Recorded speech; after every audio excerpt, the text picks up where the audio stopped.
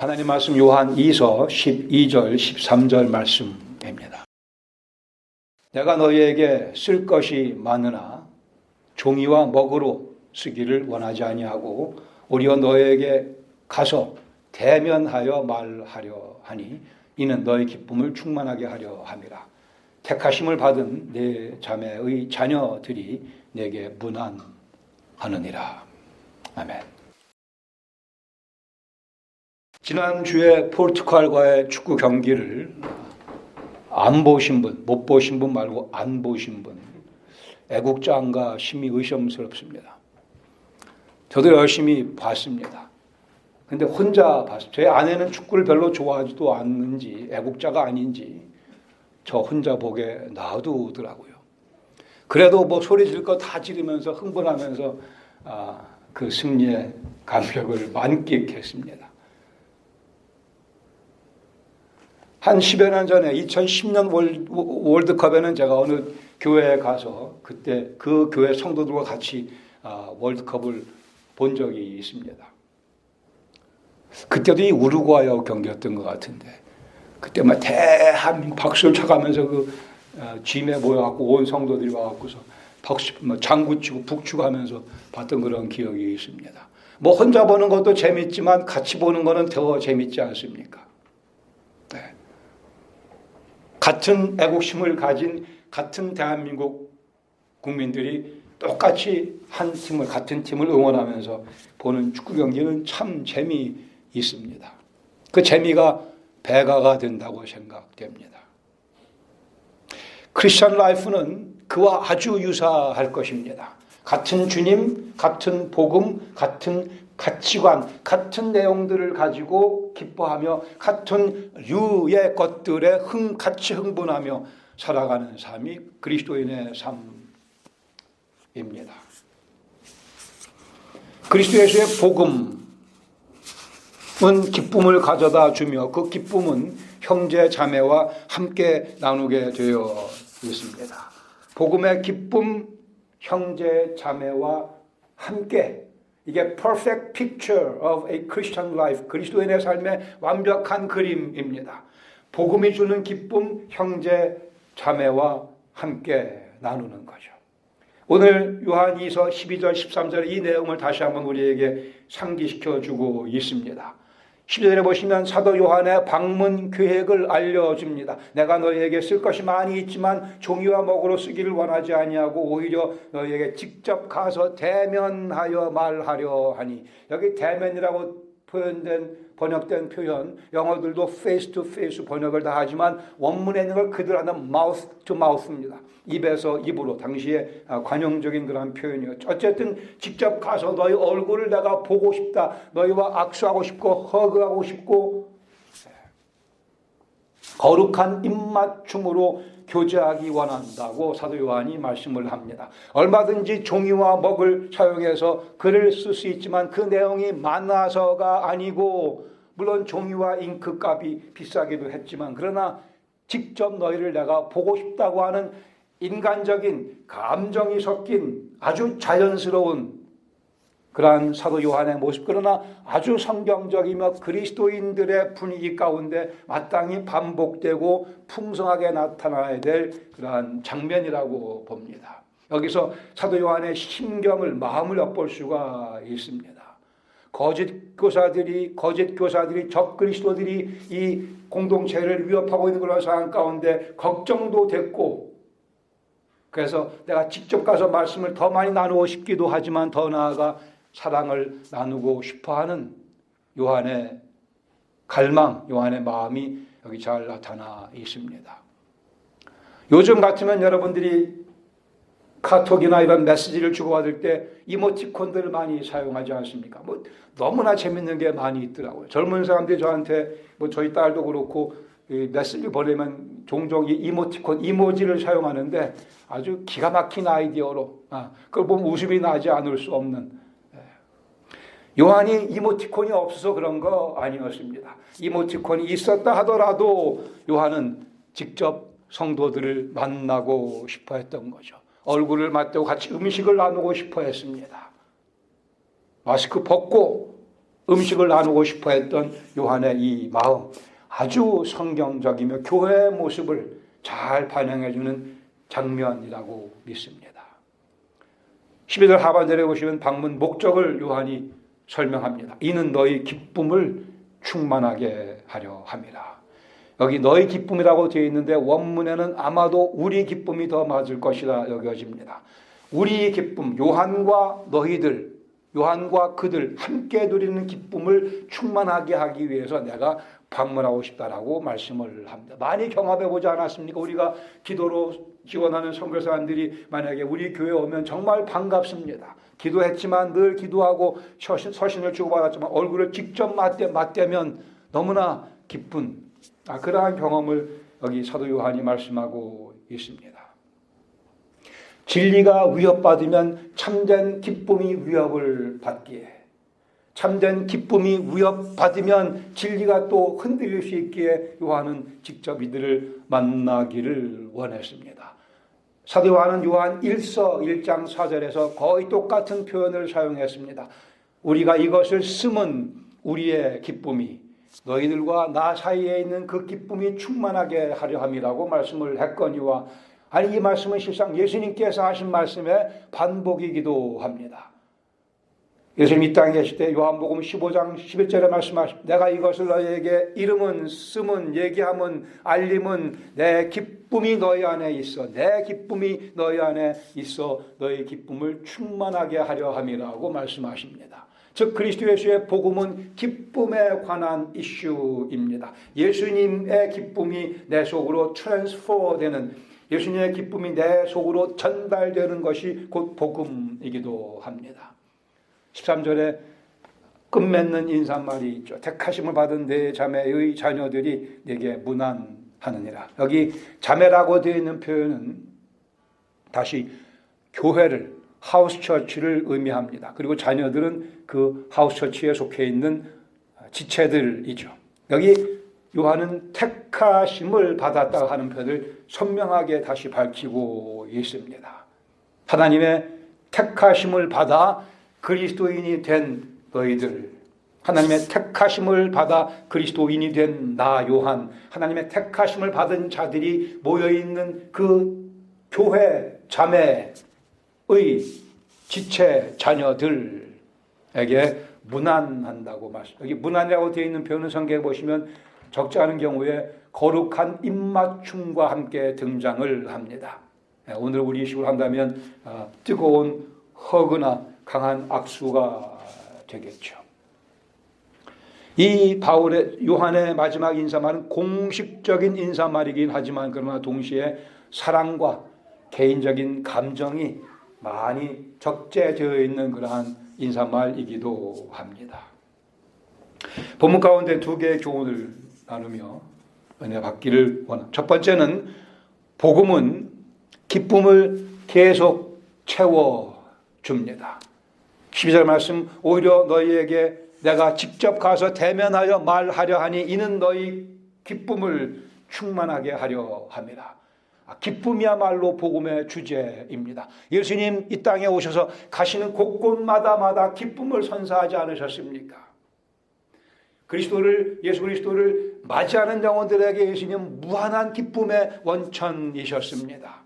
눈먼 자에게 눈을 뜨게 해주셨고, 앉은 뱅이를 일으켜 세워주셨고, 나병 환자를 깨끗하게 어린아이의 피부같이 깨끗하게 고쳐주시고 심지어 죽은 사람까지 살려주기도 하셨습니다. 그러나 그러한 육체적인 병에서 낫는 경험을 한 그래 기쁨을 누린 사람들의 수는 극히 제한되어 있습니다. 물론 많은 병자들을 고쳤다고 말씀하지만 그래도 팔레스타인 전체 온 세상에 있는 사람들의 수에 비하면 아주 제한적인 숫자였습니다. 그러나 예수님께서는 그 기쁨을 뛰어넘은 기쁨을 주기 위해 우리를 찾아오셨습니다. 예수님께서 채찍에 맞으심으로 우리가 나음을 입게 해 주시죠. 그 나음은 육체적인 질병의 나음을 뛰어넘어 우리 영혼이 온전케 되는 나음을 허락해 주시기 위해서 그리하셨습니다. 예수님께서 요한복음 17장 13절에 이렇게 말씀하십니다. 내가 지금 아버지께로 가오니 내가 세상에서 이 말을 하옵는 것은 그들로 내 기쁨을 그들 안에 충만히 가지게 하려 함이라 하고 하나님 아버지께 기도하시며 이렇게 말씀하셨습니다. 다시 한번 여기 내 기쁨, 그리스도 예수께서 주시는 기쁨이 우리 속에 충만하도록 하기 위해서 예수님께서 모든 사역을 다 마치고 승천하실 것을 말씀하고 계십니다. 우리 구원의 완성의 결과, 그리스도 예수의 기쁨이 우리 속에 충만히 차고 넘친다고 말씀합니다. 예수님 십자가를 지시기 전에 또 이렇게 말씀하십니다. 요한복음 16장 22절에 지금은 너희가 근심하나 내가 다시 너희를 보리니 너희 마음이 기쁠 것이요 너희 기쁨을 빼앗을 자가 없으리라. 십자가를 지시기 직전에 제자들이 불안해하고 있었습니다. 붙잡혀 가실 것을 암시하고 계십니다. 너희가 근심하고 있지만 내가 너희를 다시 보리니, 즉 당신이 죽음을 정복하시고 부활하시고 다시 찾아오시겠다고 말씀하시며 그때는 너희 마음이 기쁠 것이요 너희 기쁨을, 내가 부활하고 난 후에는 너희 기쁨을 뺏어갈 자가 없다고 장담 선언해 주십니다. 이것이 그리스도 예수의 십자가의 사건과 부활이 우리에게 가져다 주는 선물입니다. 요한복음 16장 24절에 또 말씀하십니다. 지금까지는 너희가 내 이름으로 아무것도 구하지 아니하였으나 이제는 새 시대가 열렸으니 내 십자가와 부활이 이제 역사 가운데 세워지게 될 테니 이제는 내 이름으로 구하라 그리하면 받으리니 기도하면 응답하시겠다 약속하셨고 이어서 그 결과 너희 기쁨이 충만하리라고 말씀합니다. 기도의 결실은 기쁨입니다. 예수님께서 분명코 약속하신 기도의 결과는 기쁨. 그러게 기도하고 난 다음에 기쁨이 없으면 기도 잘못한 거죠. 잘못한 겁니다. 확인하셔야 돼요. 기도 드리고 나서 과연 내가 기쁜가, 예수님의 기쁨이 내 속으로 찾아 들어왔는가를 확인하셔야만 됩니다. 너희 기쁨이 충만하리니 구하라 그리하면 너희 기쁨이 충만하리니. 기도의 결과는 항상 100만 불짜리 수표가 뚝 떨어지는 거 아닙니다. 기도의 결과가 항상 질병의 완전한 회복은 아닙니다. 보장된 기도의 결과는 기쁨이라 말씀하십니다. 엄마가 아들에게, 꼬마 4살짜리에게 물었습니다. 사랑하는 아들아, 하나님의 참 사랑이 뭐지?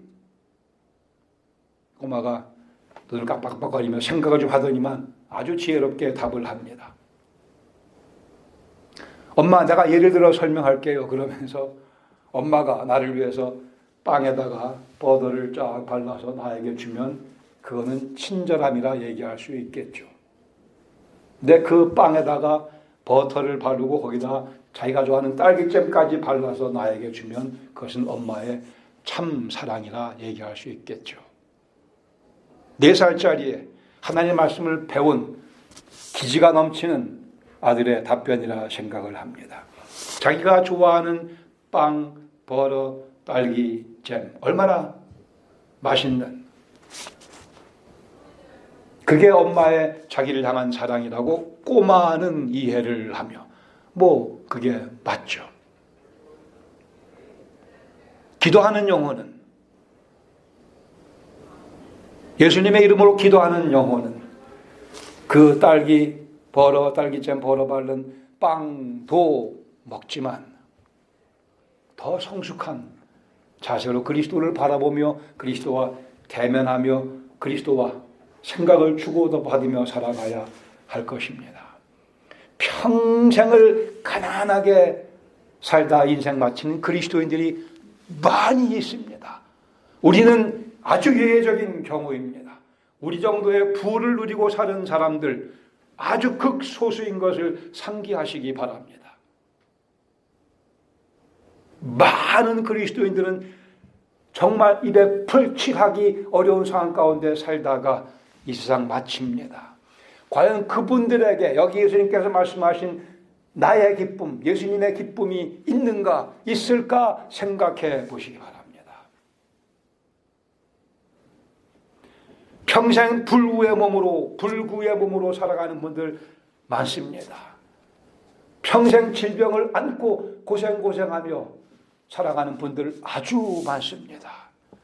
과연 그분들에게 약속하신 예수님의 기쁨이란 무엇인가 생각해 보시기 바랍니다. 건강하게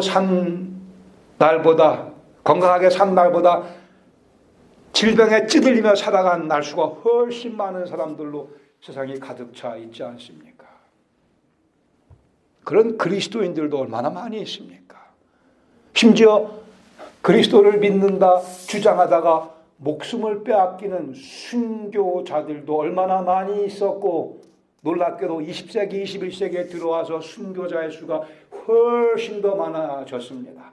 지난 1900년 동안에 순교당한 사람들의 수보다 지난 100여 년 동안에 순교당한 순교자의 수가 훨씬 더 많다고 하는 사실을 아시는지요? 그런 순교자에게 예수님께서 약속하신 내 기쁨이란 과연 무엇이겠는가?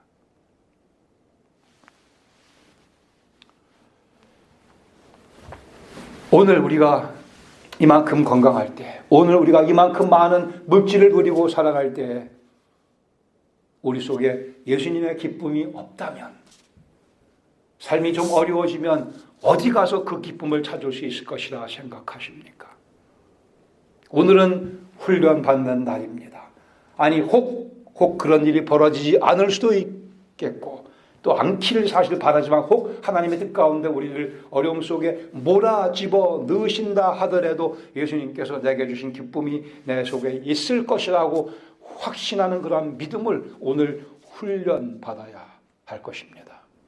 어떤 경우는 많은 물질이 있기 때문에 예수님의 기쁨이 필요 없다 여기며 살아가는 그리스도인들도 엄청 많이 있는 것 같습니다. 몸이 너무나 건강하기 때문에 예수님의 주시는 기쁨이 없이도 인생 재밌게 살아가고 있으며 살아갈 수 있을 것이라 생각하는 그리스도인들도 적잖이 많이 있는 것 같습니다. 아니, 제가 그러한 오류에 빠져 들어가는 모습을 자주 발견합니다. 예수님께서 말씀하시는 그 기쁨, 연구 대상입니다. 묵상해야 될 내용입니다. 그리고 과연 내 속에 그 예수님의 기쁨이 자리 잡고 있는지, 그것도 풍성히 거하고 있는지 확인해야 될 대목입니다. 평생 심한 질병 한 번도 안 걸리고 장수하다가 죽는 분들 많이 계십니다. 그런 그리스도인들 많이 계십니다. 자칫하면 그런 분들의 경우 예수님의 기쁨을 경험하지 못할 수도 있지 않겠나 싶습니다. 적어도 풍성히는. 예수님 분명히 내 기쁨이라 말씀하시고 당신은 십자가로 향해 가셨습니다. 내 기쁨을 너희에게 주겠다 약속하시고 당신은 십자가를 통과하시고 그 기쁨을 주셨는데, 그렇다면 예수님 주시는 그 기쁨이 과연 어떤 성격을 가진 기쁨이겠는가를 깊이 생각하셔야죠. 세상의 모든 종교는 물질의 풍요로움과 육신의 건강을 앞세우며 사람들을 현혹하고 있으며 적지 않은 사람들이 그 소위 좋은 소식에 속아 넘어가고 있습니다. 제가 건강을 싫어하는 거 아니고 물질을 싫어하는 거 아닙니다. 예수님의 시각에서 건강도 바라보고 예수님의 시각에서 재물도 바라보고 예수님의 시각에서 인생도 바라보고 예수님의 시각에서 참된 기쁨과 즐거움이 무엇인가를 우리 그리스도인들은 바로 이해하며 그 기쁨을 추구하며 살아가야 할 것입니다. 육체의 고통 속에 나는 과연 예수님의 기쁨을 놓치지 않을 수 있을 것인가? 물질적인 핍절 가운데 나는 과연 예수 그리스도의 기쁨을 놓치지 않을 수 있을 것인가? 사방의 원수들에게 둘러싸여 인생 정말 쓴맛같이 느껴질 때 나는 예수님 주시는 기쁨을 계속 유지하며 즐길 수 있을까? 예수님 약속하셨습니다. 내 이름으로 구하라. 그리하면 내 기쁨을 너희에게 주겠다고 하셨고 그 기쁨이 너희 속에 충만할 것이라 약속하신, 다른 데 가서 찾지 마시고 예수님의 말씀 속에서 우리의 기쁨을 확인하며 풍성하게 건져내야 할 것입니다. 기쁨의 정수는 과연 내가 하나님의 아들이라고 하는 확신이며 그 하나님의 영광을 위해서 내가 살아가도록 부름받았다고 하는 특권의식이며, 그렇게 그래요, 내 것을 드리며 주님을 위해 살아갈 때 느껴지는 감정, 그게 기쁨이라고 하는 겁니다. 하나님께서는 그리스도 예수를 통해 오늘도 참된 복음의 그 참된 기쁨을 우리에게 계속 채워주시며 부어주십니다. 요한 2서를 쓰고 있던 사도 요한, 나이가 연세가 80을 훌쩍 뛰어넘은 그러한 거의 90에 가까운 정도의 고령이었습니다. 그러나 요한이 기쁨에 대해서 얘기할 때만큼은, 사랑에 대해서 얘기할 때만큼은, 진리에 대해서 얘기할 때만큼은 정말 에너지가 넘치는 그러한 흥분하는 그러한 모습을 쉽게 연상할 수 있을 것입니다. 왜요? 사도 요한은 십자가 밑에서 예수님 돌아가시는 모습을 직접 목격했기에 내 기쁨이 너의 속에 내 속에 충만하리라, 그 말씀을 직접 들었기 때문에 요한은 이 예수님의 메시지를 전달하며 힘을 느낄 수밖에 없었습니다. 에너지가 충만한 상태에서 서로 사랑하며 기쁨을 나누라고 강조하고 있습니다. 우리의 기쁨의 원인 규명하셔야 됩니다. 왜 내가 오늘 기분이 이렇게 좋은가? 예수 그리스도 때문이라고 하는 답이 우리 속에 꼭 자리 잡고 있어야만 됩니다. 그렇지 못하면 예수님의 십자가의 사건에 대한 불경 모독의 자세입니다. 예수님이 100만 불 정도 주시려고 돌아가신 거 아니지 않습니까? 아무리 붙잡아도 붙잡을 수 없는 그것을 우리에게 선물로 주시기 위해 예수님께서 고난당하시며 십자가에 죽으신 것 아닙니다. 무슨 소리를 그렇게 하세요? 누구도 빼앗을 수 없는, 세상 사람들은 알래야 알 수 없는 그 기쁨, 그 깊은 평강을 주시기 위해 그렇게 십자가에 달려 돌아가신 겁니다. 제가 8월 8일 소천하신 유 집사님 제가 종종 생각을 합니다. 마지막 많은 고통 가운데 고생하셨습니다. 그러면서 하나님께 기도 드렸습니다. 하나님, 제 아픔을 아시지 않습니까? 하나님께서 유 집사님께 뭐라고 말씀하셨을까? 제가 이리저리 궁리해 봅니다. 하나님께서 어떻게 그렇게 육신적인 고통 가운데 있으면서 믿음을 놓치지 않고 주님께 다가가는 그분께 뭐라고 말씀하셨겠는가? 거기에는 분명히 제가 믿기 하나님께서 우리는 아직 알지 못하는 그 경험을 해보지 않았기에 그분만 알 수 있는 기쁨을 허락하셨을 것이라 확신합니다. 그리고 이것이 그리스도의 복음이라고 하는 겁니다. 그 가운데도 찬양할 수 있으며, 너무 아파도 주님, 아니 때로는 주님 저를 빨리 데려가 주세요라고 기도드리기도 했고, 그러나 빨리 데려가 주시면 제가 주님을 직접 뵙겠나이다, 그 믿음이 뒤에 깔려있기에 이것이 그리스도의 복음이 우리를 세상 사람으로부터 구별해주는 포인트,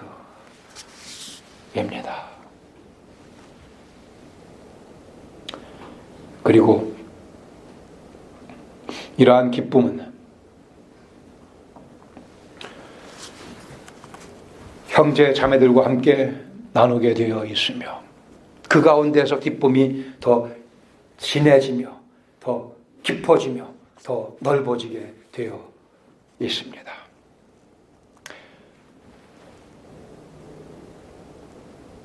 택하심을 받은 내 자매 자녀들에게 내가 문안하노라. 요한 뒤에는 다른 성도들이 있었습니다. 편지를 받아보는 그 하우스처치의 성도들이 있었습니다. 요한은 이 앞뒤 이 두 그룹 무리의 성도들을 생각하며 그 가운데서 우리가 모두 하나임을 확인시켜주고 있습니다. 복음은 우리를 이미 그리스도 안에서 형제 자매로 묶어 주셨습니다. 요한일서 1장 3절에 이렇게 말씀합니다. 기가 막힌 말씀입니다. 우리가 보고 들은 바를 너희에게 전함은 너희로 우리와 우리가 너희 사이에 사귐이 있게 하려 함이니 우리의 사귐은 아버지와 그의 아들 예수 그리스도와 함께하는 사귐이라고 말씀. 우리의 교제는 하나님 아버지와 예수 그리스도를 중심으로 이루어지는 교제요, 펠로십이요, 사귐이요, 코이노니아라고 말씀을 합니다. 요한이서에서도 3절에 2번, 4절 그리고 9절에 아버지라는 표현을 씁니다. 하나님이신 그러나 우리의 아버지. 그래 우리가 형제 자매라는 사실을 계속 강조해 주고 있죠. 은혜와 한광교회는 감사하게도 형제 자매의 관계가 잘 성립이 되어 있어 너무 감사합니다. 마땅한 교회의 모습이고 그러나 아직도 우리가 많이 부족함도 느낍니다. 감사하게 우리 방향이 바로 잡혀 있고 계속 형제 자매 사이의 사랑이 깊어지며 주님 기쁘시게 해드리는 아버지를 기쁘시게 해드리는 비가 그치면 해가 뜨나요? 아니면 해가 비치면 비가 멈추나요? 비가 그치면 해가 뜨는 건지 아니면 해가 비치면 비가 멈추는 건지요?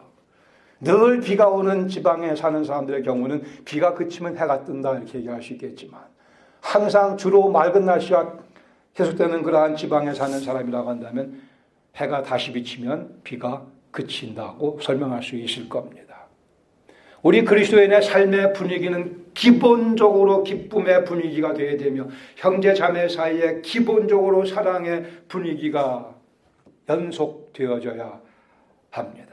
가끔 사랑이 아니고 가끔 기쁨이 아니고 그래 가끔 사랑이 이벤트가 되고 가끔 기쁨이 이벤트가 되는 것이 아니고 늘 사랑과 늘 기쁨이 진행되는 이벤트이고 가끔 그게 부서지기도 하죠. 우리가 사람이기 때문에.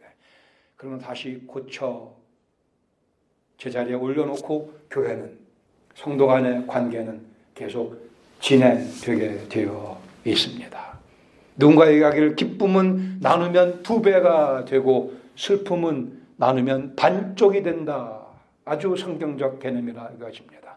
기쁨은 나누면 2배가 되고 슬픔과 아픔은 나누면 반쪽이 되죠. 5명이 나누면 5분의 1쪽이 될 것입니다. 기쁨을 10명과 나누면 10배가 될 것이고요. 갈라디아 5장 20절 성령의 열매에 대해서 뭐라고 말씀하세요? 사랑과 희락과 즉 사랑과 기쁨이 첫 번째, 두 번째 리스트에 등장합니다. 사랑과 기쁨. 교회를 그냥 확 사랑과 기쁨 교회로 바꿔버릴까요? 은혜와 영광이 훨씬 더 성경적이고 포괄적입니다. 그러나 사랑과 기쁨도 아주 중요한 주님의 은혜로 우리 교회가 더 사랑이 넘치고 주님의 기쁨이 우리 개인 속에 넘치며 우리 가운데 풍성해지기를 간절히 바랍니다. 성탄의 계절이 다가왔습니다. 고요한 밤, 거룩한 밤, 첫 번째 예수님 그 장면 태어나신 후에 구유에 예수님 누워 계시고 아기 예수가 누워 있고 엄마 아빠 아까 찬송 부른 같이 감사 기도 드릴 때 아기는 마구 울어대는, 거기에 감사 기도라고 되어 있는데 왜 감사 기도일 거라고 생각하십니까? 아들을 주셔서 감사하기도 하지만, 그러나 본인들도 다 깊이 다 이해하지 못했던 감사의 원인이, 제목이 거기 있지 않았습니까? 이 아기가 결국은 자라서 모든 사람들의 흥함과 패함의 표적이 되고 우리에게는 흥함의 생명의 표적으로 다가오실 그 예수님 때문에 감사했을 것입니다. 우리가 이 찬송 고요 한번 부를 때 그냥 우리 속에 떠올려지는 그런 그 잔잔한 아주 안정된 고요한 밤, 그리고 거룩한 밤의 그 분위기, 오늘 21세기에는 우리 은혜한광교회의 삶 속에 사랑과 기쁨으로 은은하게 울려 퍼져야 될 것입니다. 이것이 그리스도 예수의 복음입니다. 예수님의 기쁨이 내 속에 풍성하다는 기쁨, 이 선물 마음껏 누리는 성탄의 계절이 되시길 바랍니다. 함께 기도하겠습니다. 우리는 끊임없이 질문해야 합니다. 예수님 믿고 난 후에 내 속에는 과연 예수님의 기쁨이 충만히 내 속에 자리 잡고 있는가? 오늘 이 시간에. 그렇지 못하면 우리의 신앙 고백은 무기력한 것이 되고 맙니다. 말만 거창하고 실속은 없는, 손해보는 삶 사시지 맙시다. 예수님께서 주시는 기쁨 꼭 붙잡아야 합니다. 무릎 꿇고 그 기쁨을 방해하는 요소들을 제거하셔야 됩니다. 우리 자그마한 마음 많이 담을 수가 없지 않습니까? 죄악된 마음이 자리 잡고 있으면 주님의 기쁨과 평강이 들어갈 틈이 없습니다.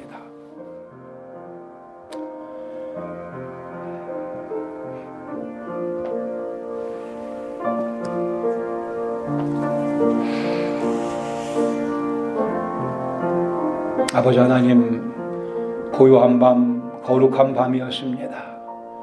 엄청난 사건이 시작되던 고요한 밤이었습니다.